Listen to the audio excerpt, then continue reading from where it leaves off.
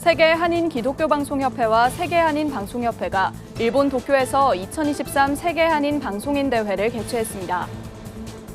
대한예수교 장로회 백석총회가 지난 2월 발생한 튀르키예 대지진 피해 현장을 방문해 구호품을 전달하고 현장 재건을 위한 방안을 모색했습니다.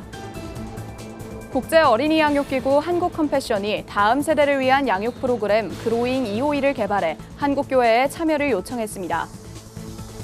점점 빨라지는 한국교회의 고령화 속에서 고령 성도들을 돌보는 사역에 어떤 점들이 개선돼야 하는지 실제적인 고민을 들어봤습니다.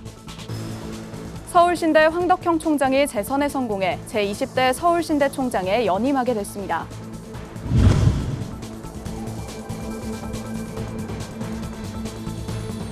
시청자 여러분 안녕하십니까? 구TV 뉴스입니다. 미디어를 통해 복음을 전하는 미디어 선교 방송사들이 한자리에 모였습니다. 세계 한인 기독교 방송협회 WCBA와 세계 한인 방송협회 WAKB가 일본 도쿄에서 정기총회를 개최했는데요. 전 세계 60여 회원사 대표 등 참석자들은 미디어 선교 사명을 되새기며 협력할 것을 다짐했습니다. 권현석 기자의 보도입니다. 일본 도쿄에 위치한 순복음 동경교회, 미디어 선교에 헌신하는 세계 한인 방송사 대표들이 한자리에 모였습니다. 세계 한인 기독교 방송협회 WCBA와 세계 한인 방송협회 WAKB, 양 기관의 정기총회인 2023 세계 한인 방송인 대회가 개막한 겁니다. 4일간 이어지는 대회 일정의 시작으로 9일 저녁 감사 예배가 마련됐습니다. 설교회는 WCBA 이사장이자 WAKB의 명예회장을 맡고 있는 여의도 순복음교회 이영훈 담임 목사가 나섰습니다. 순복음 동경교회의 담임 목사를 역임한 바 있는 이영훈 목사는 특별히 애틋함을 가진 일본 선교를 비롯해 세계 선교를 향한 비전을 나눴습니다. 제가 2000년부터 2003년까지 우리 순복음 동경교회를 섬겼는데 와서 운 기억밖에 없어요. 예스마 와다시 아와렌데 고다사이 나를 불쌍히 여겨 주옵소서 누르렀어요. 한참 울고 나니까 교회가 딱 씌워지더라고요. 그래서 여러분 일생 살아가는 동안 주님께서 여러분에 주신 이 귀한 선교의 사명 이 마음 가슴에 품고 복음을 전하며 살아가는 여러분 모두가 되기를. 현장엔 순복음 동경교회 성도 200여 명도 함께 참석해 은혜를 나눴습니다. 준비 대회장으로서 모든 대회 일정에 장소를 제공하고 협력한 순복음 동경교회 시각기 시계마사 담임 목사는 이번 대회를 통해 방송 선교의 열정이 회복되길 바란다며 환영사를 전했습니다. 세계 한인 기독교 방송협회 임원 여러분들이 이렇게 동경에 오셔서 함께 예배 드릴 수 있는 거 진심으로 하나님께 감사를 드립니다. 이어 양 기관의 회장을 맡고 있는 구TV 김명전 대표이사의 개회 선언으로 각 정기총회가 진행됐습니다. 복음을 담은 미디어 세상 속으로란 주제로 열린 WCBA 제27차 총회엔 전 세계 약 60개 회원사 대표와 관계자들이 참석했습니다.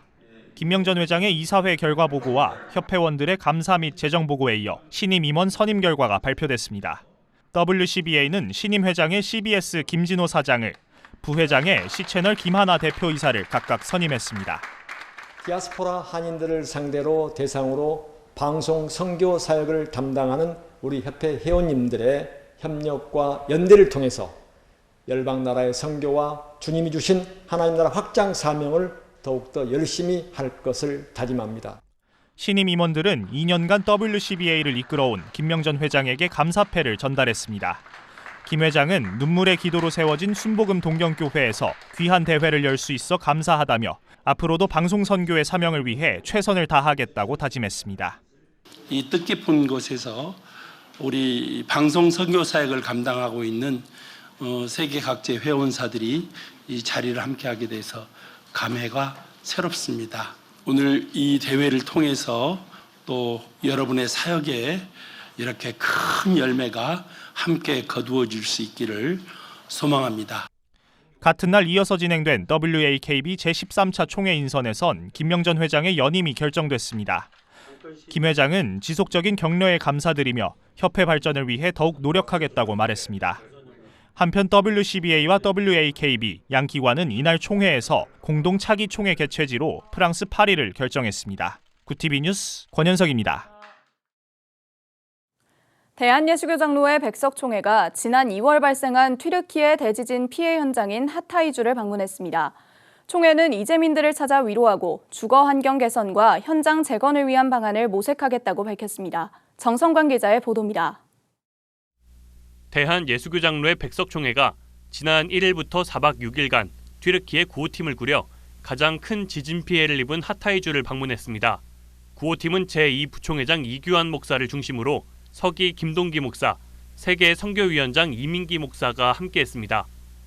지진 발생 3개월이 지났지만 현장은 참혹했습니다. 이재민들은 쉼터를 잃었고 어린 아이들은 뛰어놀 곳을 잃었습니다. 사람이 살면서 이렇게 힘들고 처참한 광경을 맞이할 수 있을까 할 정도로 매우 마음이 아프고 슬픕니다. 그러나 어려움과 고통 가운데 예수님을 영접하고 교회를 찾듯이 다시 한번 부흥의 역사가 일어날 것을 저는 확신합니다. 총회 구호팀은 피해가 집중된 하타이주 안타키아를 방문하고 인근 건설 현장을 둘러봤습니다. 아직도 천막 임시거처를 사용 중인 이재민들은 날씨가 더워지면서 또 다른 주거 환경이 필요해 보였습니다. 우리가 상상한 것보다 더 이상의 많은 어려움과 고통과 피해가 있고 또 집을 잃고 터전을 잃고 또 먹을 양식이 없어서 천막 생활하는 분들, 우리 백석총회도 더욱더 이와 같이 어렵고 힘든 사람들 소리가 구제하고 또 선한 영향력을 미치면 참 좋겠습니다. 구호팀은 현지 선교사를 통해 이재민들에게 제공될 1,500켤레의 운동화를 사전 확보하고 동남북교회 재단 선교사를 통해 각 가정마다 직접 운동화를 전달했습니다. 우리 총회에서 이런 구호물품 전달을 통해서 사역지가 더 넓어지고 또 견고해지는 그런 계기가 된 것 같습니다. 이 폐허가 된 안디옥 땅이 다시 복음으로 회복되는 그런 선교지가 되기를 간절히 바라면서 우리 백석총회가 선교하는 총회로 다시금 더 크게 번성하고 확장되기를 간절히 기도합니다. 총회는 현장 요청에 따라 1차 구호품으로 운동화를 마련했고 2차로 여름 의류를 확보해 추가 전달할 계획입니다. 이번 방문은 구호품 전달뿐 아니라 총회 차원 튀르키예 재건운동인 백석인의 마을 조성을 위한 사전답사도 함께 진행됐습니다. 현재 튀르키예 동남부 교회 재단이 정부로부터 컨테이너하우스 건립을 위한 부지를 확보하고 30동 단위의 마을을 조성하는 카야랜드 프로젝트를 추진하고 있는 가운데 재단 측은 총회의 협력을 통해 현지인 교회를 세우고 마을에 기독교 공동체를 설립하는 의견을 교환하고 있습니다. 이에 백석총회는 이재민들의 주거 환경의 시급성을 파악한 만큼 백석인의 마을 조성과 1로의 1주택 짓기 운동을 실행위에 제안할 예정이라고 밝혔습니다. 구티비 뉴스 정성광입니다. 전 세계 14만여 명의 어린이들에게 후원과 선교 활동을 하는 국제 어린이기구 한국 컴패션이 설립 20주년을 맞아 목회자 초청 세미나를 열었습니다. 이날 세미나에선 아이들에게 성경적 세계관을 가르치는 그로잉 EOE에 대한 내용을 공유했는데요. 한국교회의 다음 세대 부흥을 위한 양육 프로그램으로 참석자들의 큰 호응을 얻었습니다. 자세한 내용 장현우 기자가 보도합니다. 교재 속 성경 인물이 역동적으로 팔을 흔듭니다. 사다리를 활용해 천국으로 올라가는 입체적인 인물들도 보입니다. 한국교회 다음 세대 부흥을 위한 아동 기독교 교육 프로그램 그로잉 EOE의 교재 내용 중 일부입니다. 한국 컴패션은 설립 20주년을 맞아 기념 행사를 열고 그로잉 EOE의 이름에 대한 설명으로 프로그램 소개를 시작했습니다. 그로잉 EOE는 누가복음 2장 52절이에요. 예수님이 전인적인 모습으로 하나님 앞에 성장하는. 한국 컴패션은 한국교회 2,400여 곳과 함께 전 세계 기독교의 다음 세대 부흥을 위해 각국 어린이들에게 후원과 함께 선교 활동에도 나서고 있습니다. 20년간 현지 어린이들을 직접 만나 복음을 전하고 어린이 양육 프로그램 그로잉 EOE를 통한 성경 교육도 제공해왔습니다. 이번 행사는 한국교회 다음 세대 부흥을 일으키기 위한 아동 성경 교육과정 그로잉 EOE를 홍보하기 위해 마련됐습니다. 이 프로그램이 전개가 됐을 때 한 아이의 삶이 지금의 우리가 얘기하는 다음의 한국을 책임지고 갈 수 있는 그리스도의 다음 세대로 키워지는 그 꿈을 같이 키우기를 원합니다. 그로잉 EOE는 5에서 10세 아동을 대상으로 성경적 세계관 교육을 6년, 12학기 동안 진행하는 교육 활동입니다. 2015년부터 4년간 25억 원을 투자해 개발한 독자적인 교재를 사용합니다. 학습 진행은 5에서 7세 아동들을 대상으로 하는 도둠 과정과 8에서 10세 아이들을 위한 세움 과정으로 나눠져 반복 심화 확장 과정을 거쳐 성경 이해를 돕습니다. 그로잉 EOE는 단순하게 어린이 양육 프로그램이 아닙니다. 매 과마다 아이들이 참여형 교구제를 통해서 1대6 교사와 어린이가 한 테이블에 앉아서 6명이 삥 둘러앉고 이 앞에서 성경 이야기가 진행이 되는 거예요. 들이 이런 경험을 하게 되니까 성경을 이해하고 또 성경을 기억하고 적용하는 그 깊이가 정말 차원이 다르게 됩니다. 그로잉 EOE 프로그램은 전국 82곳 협력교회 1,200여 명의 어린이를 대상으로 시범적인 운영을 진행하고 있습니다. 서정인 대표는 그로잉 EOE를 통해 성경적 세계관을 받아들인 아이들이 더욱 많아져 다음 세대 기독교 부흥을 일으키길 바란다고 강조했습니다. 구티비 뉴스 장현우입니다. 한국교회의 고령화 속도가 빨라지면서 고령 성도 사역에 대한 고민이 깊어지고 있습니다. 고령 성도들을 돌봄의 대상으로 대하는 것이 아닌 주체적으로 활동에 참여할 수 있도록 힘쓰는 교회들도 있는데요. 장세인 기자가 보도합니다. 통계청에서 10년마다 실시하는 종교 관련 인구조사 결과에 따르면 2005년 대비 2015년의 60대 이상 인구 증가율은 사회보다 교회에서 약 2배 정도 더 빠릅니다. 전체 인구 중 60대 이상이 49% 증가할 때 개신교인 중 60대 이상 교인은 80% 증가한 겁니다. 한국교회의 고령화가 그 어느 곳보다 빠르다 보니 고령 성도 사역의 필요성이 대두된 지 오래입니다. 신앙이라는 것이 태어나서부터 죽기까지 모든 삶의 과정을 다 포괄하기 때문에 노년기에 대해서도 목회적 관심을 가질 필요가 있고 취약한 노인 대상으로 이렇게 챙기고 보살피고 하는 걸로는 이제 노화 문제를 해결할 수가 없거든요. 목회데이터 연구소가 2022년에 만 65세 이상 고령 성도 약 2,000명을 대상으로 조사한 결과 교회 내에서 소외감을 느낀다는 교인이 38.1%, 교회의 관심을 부족하다고 느끼는 교인은 22.1%를 기록했습니다. 하지만 단순히 돌봄의 대상이 되길 바라는 것은 아닙니다. 26.7%는 교회가 자신들을 교회 사역의 동력으로 대해주기를 바란다고 응답했는데 돌봄의 대상으로 대해주기를 바란다는 응답이 6.1%인 것에 비해 4배나 높았습니다. 같은 연령대 노년들과 함께 교제하고 또 여가 시간을 활용할 수 있는 프로그램을 제공해주고 교회를 위해서 봉사하고 사회를 위해서 봉사할 수 있는 다양한 활동을 요구하고 있더라고요. 그만큼 이제 예전의 노인과 오늘날의 노인의 개념이 달라졌습니다.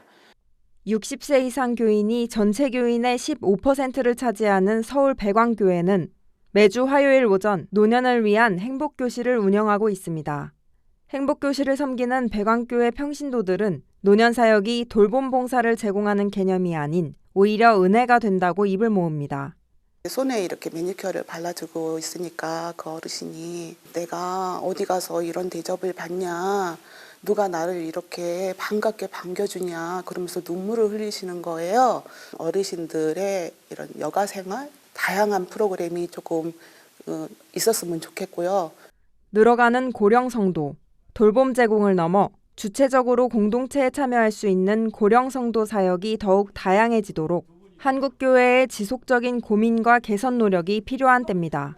구티비 뉴스 장세인입니다. 서울신학대학교 황덕형 총장이 제20대 총장으로 당선돼 재선에 성공했습니다. 서울신대 이사회는 9일 총장 후보 면접 후 투표를 진행한 끝에 황덕형 현 총장을 차기 총장으로 선출했습니다. 두 번째 총장 임기를 맡게 된 황 총장은 1999년부터 서울신대 교수로 재직하면서 서울신대 웨슬리 신학연구소장과 한국조직신학회장, 한국칼바르트 학회장 등을 역임하는 등 서울신대 발전에 크게 공헌했습니다. 총장의 임기는 4년이며 오는 23일 열리는 기독교 대한성결교회 제117년차 총회에서 인준을 받아 총장직이 확정됩니다. 한국교회 총연합 이영훈 대표회장이 목회 서신을 통해 미국 텍사스주 아울렛 총기 난사 사건으로 피해 입은 유가족을 위로했습니다. 이영훈 대표회장은 충격적인 총기 사고와 피해 소식을 접하면서 온 마음으로 파고드는 고통을 느낀다며 이번 사고로 목숨을 잃은 유가족과 섬기는 교회 및 한인 커뮤니티에 하나님의 크신 위로가 함께하시길 기도한다고 밝혔습니다. 여의도 순복음교회는 피해 입은 유가족들을 위해 위로금을 보낼 예정입니다. 한편 지난 6일 텍사스주 댈러스 외곽 아울렛에서 일어난 총기 난사 사건으로 한국계 미국인 일가족 3명을 포함해 8명의 사망자가 발생했습니다. 한국계 일가족은 한인교회에서 성실하게 활동해온 것으로 알려졌습니다.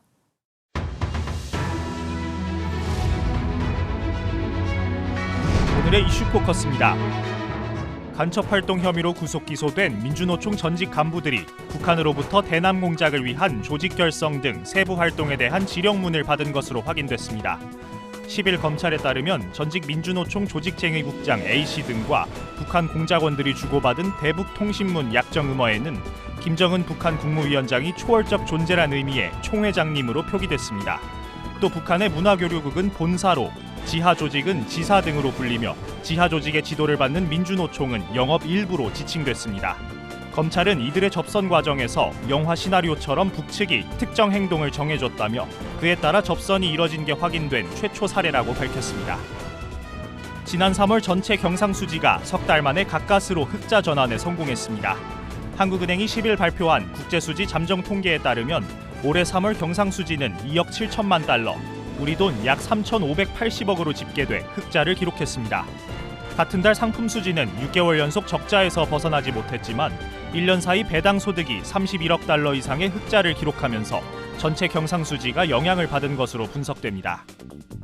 국무조정실이 윤석열 정부 출범 이후 완료된 규제 개선에 대해 발표했습니다.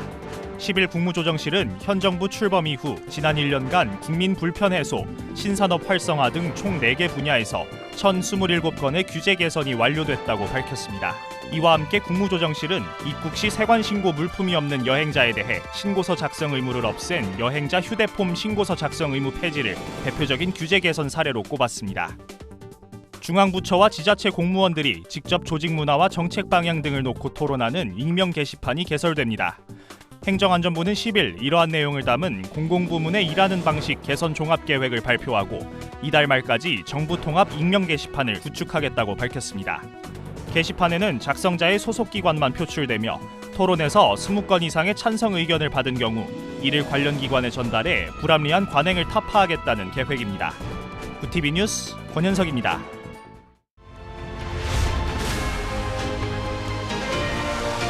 구TV 월드와이드입니다.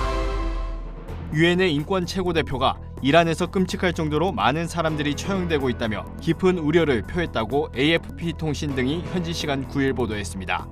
볼커 튀르크 인권 최고대표는 이란에서 올해만 최소 209건의 사형이 집행됐으며 이는 한 주에 10명 이상이 처형된다는 것을 의미한다고 밝혔습니다. 그러면서 사형 선고를 받은 사례 대부분은 마약 관련 범죄라면서 이는 가장 심각한 범죄에 대해서만 사형을 허용하는 국제인권 규범에 어긋난다고 비판했습니다. 우크라이나전 개시 이후 서방이 대러시아 제재의 일환으로 러시아산 에너지 구매를 대폭 줄인 가운데 올해 들어 러시아와 중국 간 교역이 지난해에 비해 40% 이상 크게 는 것으로 나타났습니다. 중국 해관총서에 따르면 올해 4월까지 러중 교역 규모는 731억 4천만 달러, 약 96조 8,400억 원으로 지난해 같은 기간보다 41.3% 증가했습니다. 교역 품목은 러시아가 주로 에너지 자원을, 중국은 가전제품과 소비재를 상대국에 공급한 것으로 파악됐습니다.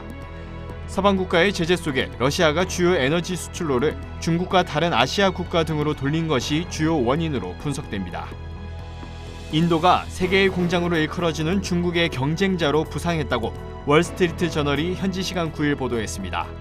인도는 중국의 규모에 필적할 노동력과 내수 시장을 갖고 있으며 오히려 인도가 세계 최대일 수 있다는 UN 보고서가 최근 나오기도 했습니다. 인도엔 자동차와 가전에 이어 태양 전지판, 장난감, 신발에 이르기까지 다국적 제조업체들이 밀려들고 있습니다. 이들 모두 중국 공장의 대체지를 찾고 있는 기업들입니다. 하지만 노동력이 부족하거나 숙련도가 낮은 데다 기간 시설은 개발이 더디고 규제를 포함한 사업 환경이 부담이 된다는 지적도 나오고 있습니다. 거대한 암석이 스위스의 한 작은 산간 마을을 덮칠 것이라는 경보가 발령돼 마을 주민들이 대피를 앞두고 있습니다. 현지 시간 9일 BBC 등 외신에 따르면 전날 오전 스위스 동부 그라우빈덴 지역에 있는 브리엔츠 마을 주민 약 70명에게 대피령이 내려졌습니다. 브리엔츠에 살지 않는 사람은 마을에 들어갈 수 없고 마을 사람들은 늦어도 12일까지는 빠져나와야 하는 것으로 전해졌습니다. 현지 당국은 200만 제곱미터 크기의 암석이 앞으로 24일 안에 산에서 떨어져 나와 마을을 덮칠 것으로 보고 있습니다. 그라우빈덴 지역은 앞서 2017년에도 대형 산사태를 겪은 적이 있습니다. 구TV 뉴스 오현근입니다.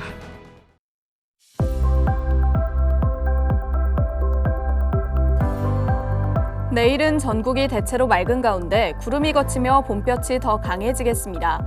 한낮에는 오늘과 같은 초여름 수준의 더위가 이어지겠는데요. 일교차는 여전히 크겠습니다. 한편 서쪽 지역을 중심으로는 미세먼지의 유입으로 공기가 탁해지겠습니다. 이어서 전국 날씨입니다. 내일 한낮 최고 기온은 서울과 대전 26도, 강릉 22도가 예상됩니다. 남부지방의 경우 광주 27도, 대구 25도, 부산은 21도를 보이겠습니다. 날씨였습니다. 북한이 민주노총을 이용해 간첩 활동을 벌여온 것으로 확인돼 충격을 주고 있습니다. 조직적인 첩보 활동으로 국가기관 시설 비밀 자료를 수집해온 것으로 드러나고 있는데요. 노조 활동을 빙자해 정치 투쟁을 주도하고 은밀히 지령을 이행하면서 남한 사회의 일거수일투족이 보고됐을 수 있습니다. 대대적인 진상조사로 어떤 사실들이 더 밝혀질지 이목이 집중됩니다. 이상으로 뉴스를 마칩니다. 함께해 주신 여러분 고맙습니다.